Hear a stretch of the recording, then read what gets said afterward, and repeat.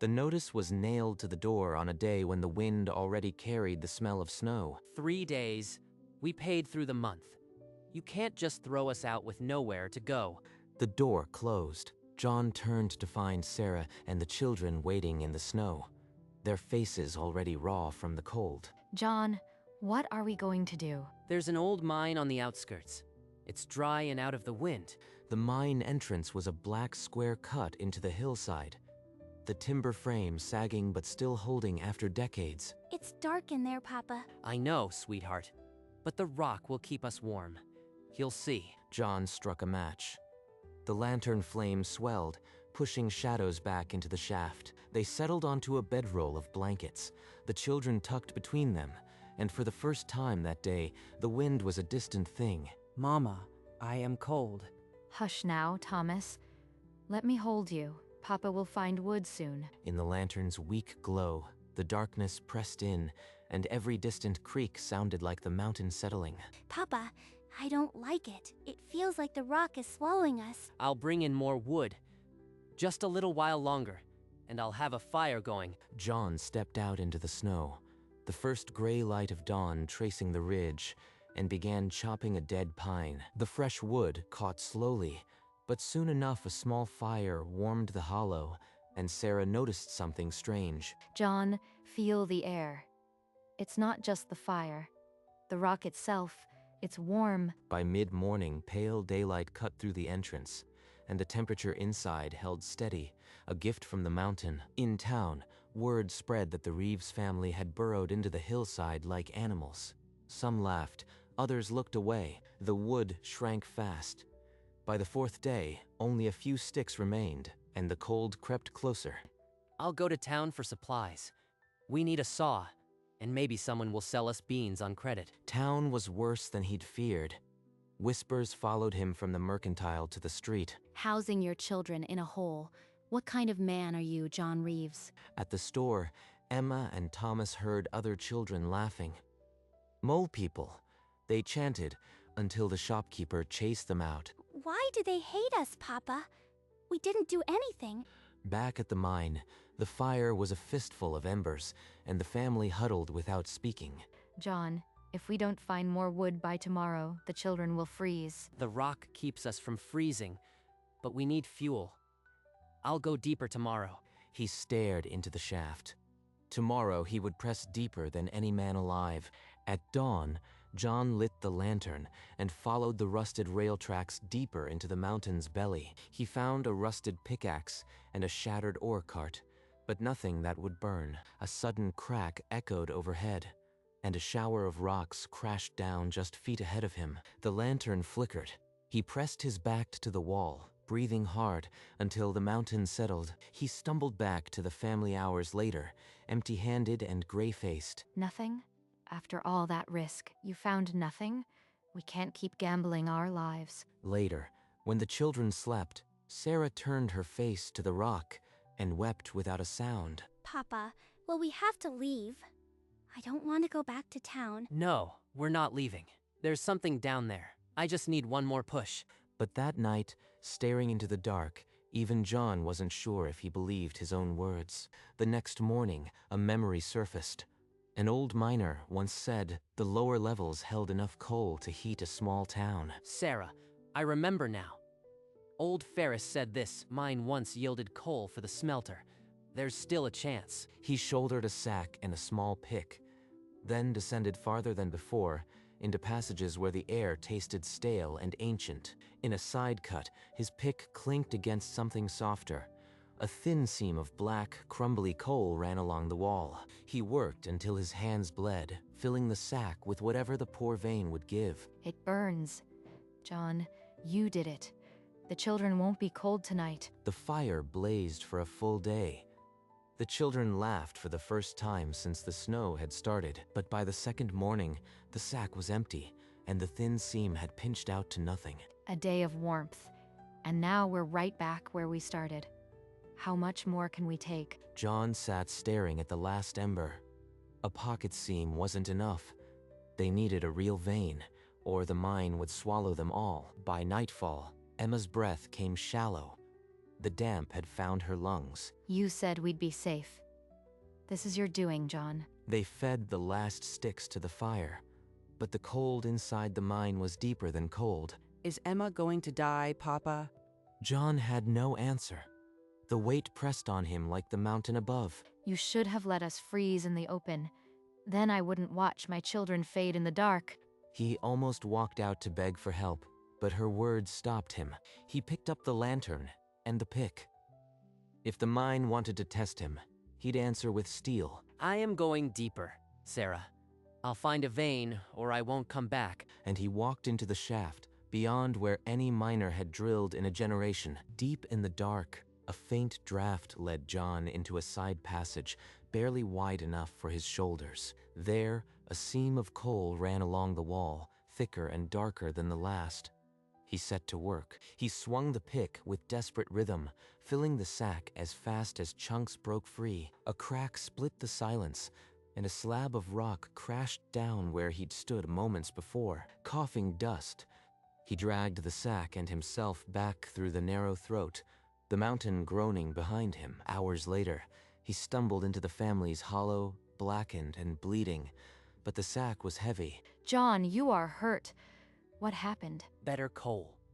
Enough for a few days. Emma will be warm tonight. She touched his bruised shoulder, but her eyes were on the dark shaft. No more, John. Promise me. We'll find another way. The coal lasted 3 days. When the last lump crumbled to ash, the children shivered again. Outside, voices. A crowd had gathered at the mine's mouth. We saw your smoke, Reeves. What are you burning in there? Stolen timber. It's none of your concern, Murdoch. Get off my land. Your land. You are squatting in a hole. The whole town knows. John drove them back with a curse, but his hands shook as he blocked the entrance. Inside, Sarah hushed the children, but the shame was a live thing in the dark. That night, when the mine fell silent, John lay awake and stared at the black above. He thought of Emma's fever, Sarah's tears, the town's laughter. And he thought of giving up, but in the blackness, even failure felt like a luxury he couldn't afford. An hour before dawn, John rose without waking anyone and walked deeper into the mine than he ever had before. He didn't stop. He didn't map. He just followed a twisted vein of rock, not caring if he ever found his way back. His foot caught a rail, and he fell hard against the wall, the lantern nearly shattering. In blind fury, he swung the pick at the rock. A sheet of stone sheared away, and behind it, black glass. He scraped more with his bare hands, and the seam widened, a thick black band that didn't crumble like the others. This isn't like before. It's thick, deep. He chipped a piece free and held it, hard, clean, the kind that burns hot and long, but the seam vanished into shadow in both directions. He had no idea how vast it was. The mountain had given its answer, but now it demanded a choice: take the secret above, or stay silent forever. John Reeves knelt in the blackness, a fistful of hope in his bleeding hands. He filled the sack and climbed toward the light, the weight on his back, the sweetest burden he'd ever carried. The first chunk caught, and the flame burned clean and fierce, pushing the chill back 10 feet. It burns so clean, John. No smoke, no spitting. What is this? Better coal. Much better. And there's a lot more where that came from. Over the next days, he traced the seam 50 yards in both directions. It was a true vein, thick as a man's arm and black as midnight. The mine, once a tomb, now felt like a fortress. We can't let anyone know, John. If they find out, they'll take it. But outside, the smoke rose thicker from the entrance, a gray finger visible against the snow. The mountain had given them a fortune, and now the whole town would want a piece. Days passed in a strange new comfort. The mine stayed warm, but the isolation deepened. Emma asks every day when she can go back to school. She doesn't understand why we're hiding. We're not hiding. We're waiting. There's a difference, but I keep wondering, who really owns this mine? The company that walked away, or the man who feeds it? In town, Mrs. Murdoch noted the endless smoke. She wasn't the only one watching. That Reeves man burns something more than sticks. I'll find out what it is. Reeves, I know you are in there. You've been burning something besides wood. What's your secret? The only secret here is hard work. Now leave us be. But her suspicion was a seed planted. The more they denied, the more it grew. That night, the mine felt less like a fortress and more like a trap with one way out. The next afternoon, Mrs. Murdoch returned with 2 men from the timber camp, heavy fists and heavier boots. Open up, Reeves. We know you've got a fire burning on stolen fuel. We're coming in to see for ourselves. You step 1 foot inside this shaft, and I'll split you like cordwood. One of the men lunged, and John's pick handle caught him across the jaw. There was a sickening crack, but the second man pinned John's arms, while Mrs. Murdoch stood at the threshold laughing. You are finished. We'll bring the law. This mine belongs to the mining company, and you know it. John, please, just let them see. It's not worth your life. No. They'll take everything. Get back, Sarah. The men dragged John out into the snow, his face bleeding, and left him there, screaming that they'd return with the sheriff. Inside, Sarah clutched the children and the truth. The mine's secret was no longer safe, and the town would soon decide their fate. John crawled back into the mine, one eye swollen shut, and collapsed by the fire. Sarah tore strips from a blanket to stanch the bleeding from his scalp. You could have been killed for a hole in the ground. You'd leave your children fatherless. Are the bad men coming back, Papa? The sheriff will be here by sundown. But we're not done yet. Within the hour, the crunch of boots, the jingle of harness, and the glint of a tin star through the snowflakes announced the posse's arrival. John, there must be a dozen of them. What do we do? Take the children deep into the shaft. Don't come out until I call you. But as the first man dismounted, the sky turned black, and a howl rose that silenced even the horses. The blizzard had arrived, wild and unforgiving. The blizzard hit like a hammer.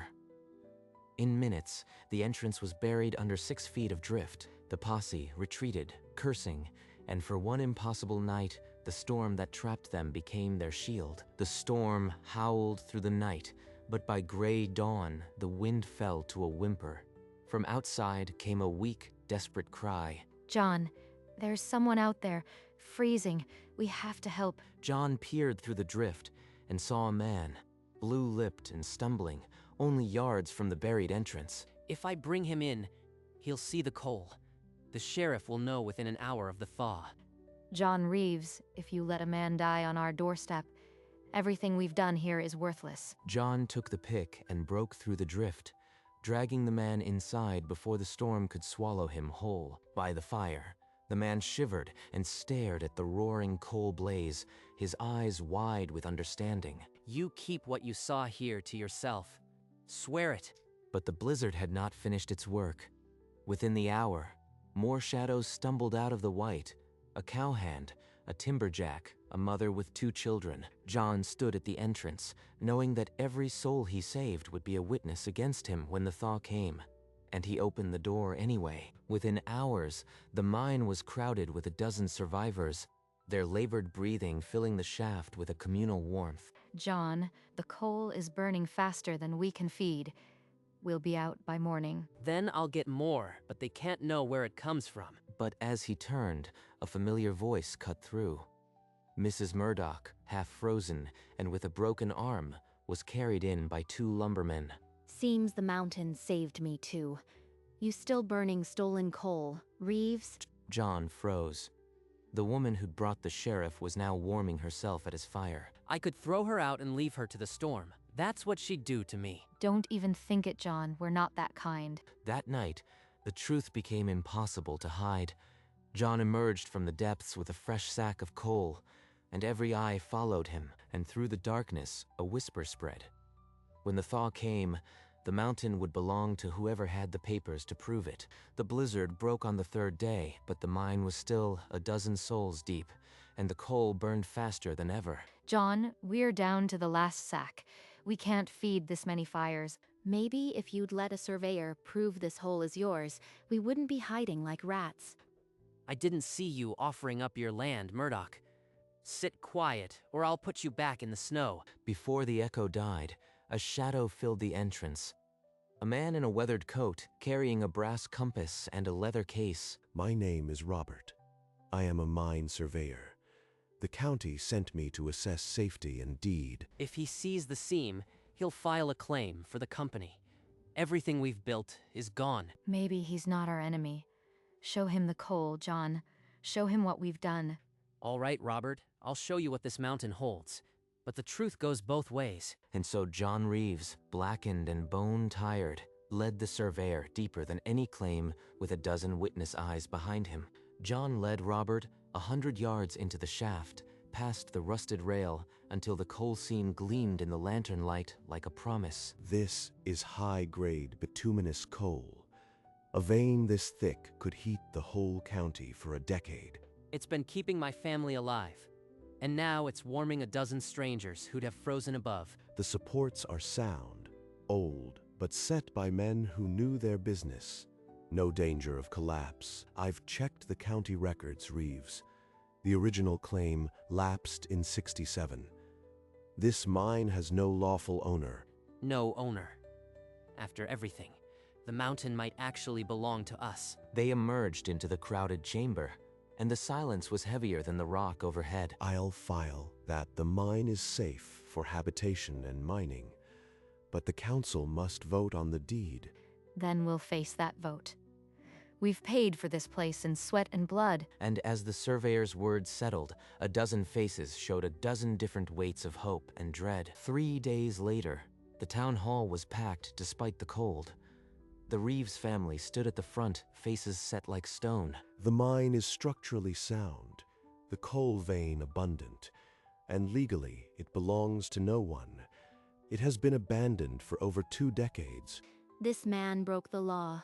He squatted in company property and stole fuel. You would reward that? The company dissolved in '85. There is no company. The mine is derelict, and I have found no evidence of prior habitation. One by one, the people John had saved that blizzard night came forward to speak of the warmth and shelter they'd found. The council chairman, his spectacles fogged from the stove, raised a hand for silence by a margin of 6-3. The council granted the mine and the land around it to John Reeves and his heirs in perpetuity. Outside, the surveyor pressed a folded deed into John's hand. The earth never froze on you. Now it's yours. It never froze, and neither did we. That winter, the Reeves family carved a home from the heart of the mountain, and word spread. The earth's warmth was free for those brave enough to claim it. By spring, the mine entrance wore a solid door and a stone chimney, and the slope below was tilled for a garden. Look at them, John, running in the sun, laughing with the neighbor children. I never thought we'd see this day. The mountain kept its promise. 50 degrees, never freezing. And now it's ours, by law and by right. Mrs. Murdoch came one afternoon with a loaf of bread and a splint still on her arm. I was wrong about you, Reeves. The hole's a home now. I'm sorry for my part in your trouble. Some neighbors still whispered, but most now traded eggs and butter for a sack of Reeves coal, and the past faded like winter. The surveyor, Robert, returned often, sharing news in a flask, his maps now showing the Reeves holding marked in ink. In the deep hours, Sarah read to the children by firelight, and the rock walls echoed with stories instead of silence. Years later, they would say the temperature never changed.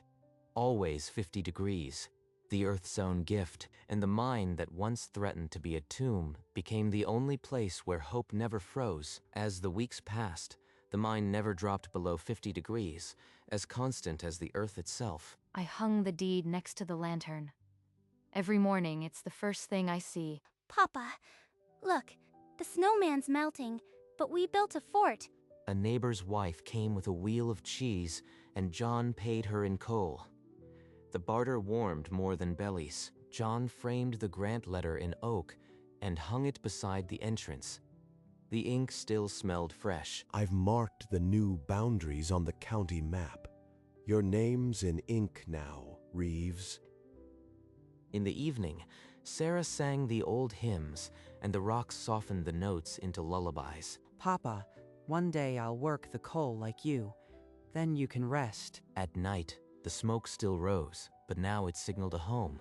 not a hideout, a promise the ground had never broken, and the mine that had once been a tomb now echoed with laughter, a testament that some shelters are carved not from wood, but from stubborn hope. Each morning, John woke to the same steady warmth, the same solid rock, and the same deep silence that had once seemed a prison. I never thought I'd say it, but I love the quiet. It's like the mountain holds us. It's not just the mountain, it's what we built inside it. The cold never had a chance. Emma and Thomas played in the front chamber, their toys nestled among the pickaxes and lanterns that once meant survival.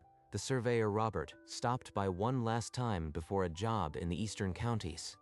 He and John shared a quiet drink outside the entrance. John still went into the depths each week, not out of desperation, but out of respect. The vein was his partner, not his enemy. The town council sent a letter of formal welcome that spring, though the Reeves family rarely needed its pages. They had everything they needed. Evenings were for Sarah's bread and Thomas's small stories. While the coal fire painted the walls amber, the earth never froze, and neither did the spirit of those who entrusted their lives to it. Outside, the snows would come again, but inside, the temperature held at 50 degrees, just as the mountain had promised from the first day. The seasons turned, but inside the Reeves home, the temperature never wavered, always 50 degrees, the mountain's steady breath. This deed is more than a piece of paper. It's proof that the earth gives back what you pour into it. And it will give back to our children and their children. We didn't just find shelter, John. We planted roots. Emma and Thomas ran through the wildflowers that bloomed where snow once buried the entrance, their laughter carrying on the warm breeze. From the chimney, a thin wisp of smoke still rose against the evening sky, the only sign of the life sheltered within. The old-timers said the earth never freezes underground. They were right, and nothing that grows from the heart can ever be cold. The Reeves mine never froze, not because of the coal alone, but because a stubborn family had refused to let the winter win. And in the years that followed, when travelers asked where to find shelter from the bitter cold, the townsfolk would point toward the hillside and say a single word: Reeves, because some lessons are carved not in stone, but in the quiet proof that the earth, when trusted, will always keep you warm 50 degrees underground. The mine never froze, and neither did they.